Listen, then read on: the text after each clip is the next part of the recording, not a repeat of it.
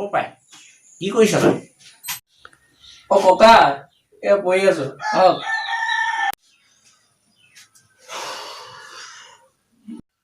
অ পাই আমাৰ দিনত আমি 5খন 6খন কিতাপ একেলগে পঢ়িছিলো জান।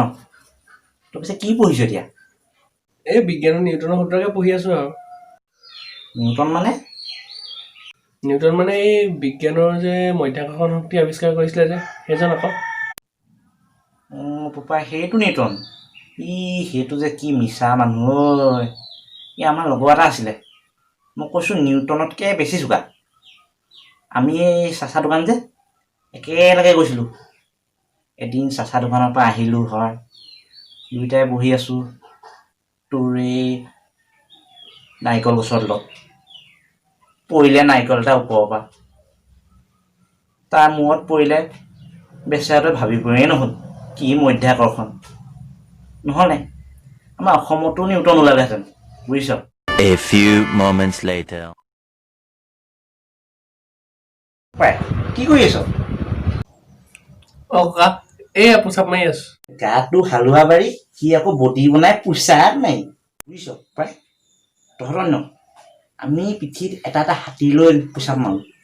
এনেকে মাৰো মানে এইবোৰ ঢৌ উঠি যায় বুজিছ পাই। কি কৰি আছ? কিনো কৰিব আৰু এনেই ফেচবুকতে লগৰে কোনোবা লগৰ ছোৱালী তোৱালী যাৰ লগতে মেছেজ কৰি আছো আৰু জোহনি মই যিখিনি সময়ত তই চিলনী জীয়েকক সাধু পঢ়িব লাগিছিলে, জখিনী জীয়েকৰ লগত লিলিমাই কৰি আছ বুজিছ পাই। তহঁতৰ সমান বয়সত আমি এইবোৰ কোৱা নাছিলো। মই যেতিয়া কলেজ পাইছিলো নাই, তেতিয়া মই চিঠি লিখিছিলো। মই ধুনীয়া আছিলো। মই 3-4জনীমান ছোৱালী লৈ একেলগে চিঠি লিখিছিলো। জোহনি বৰা বুঢ়া তই নাতিৰক এইবোৰ শিকাইছ? তই আহ ভিতৰলৈ আহ।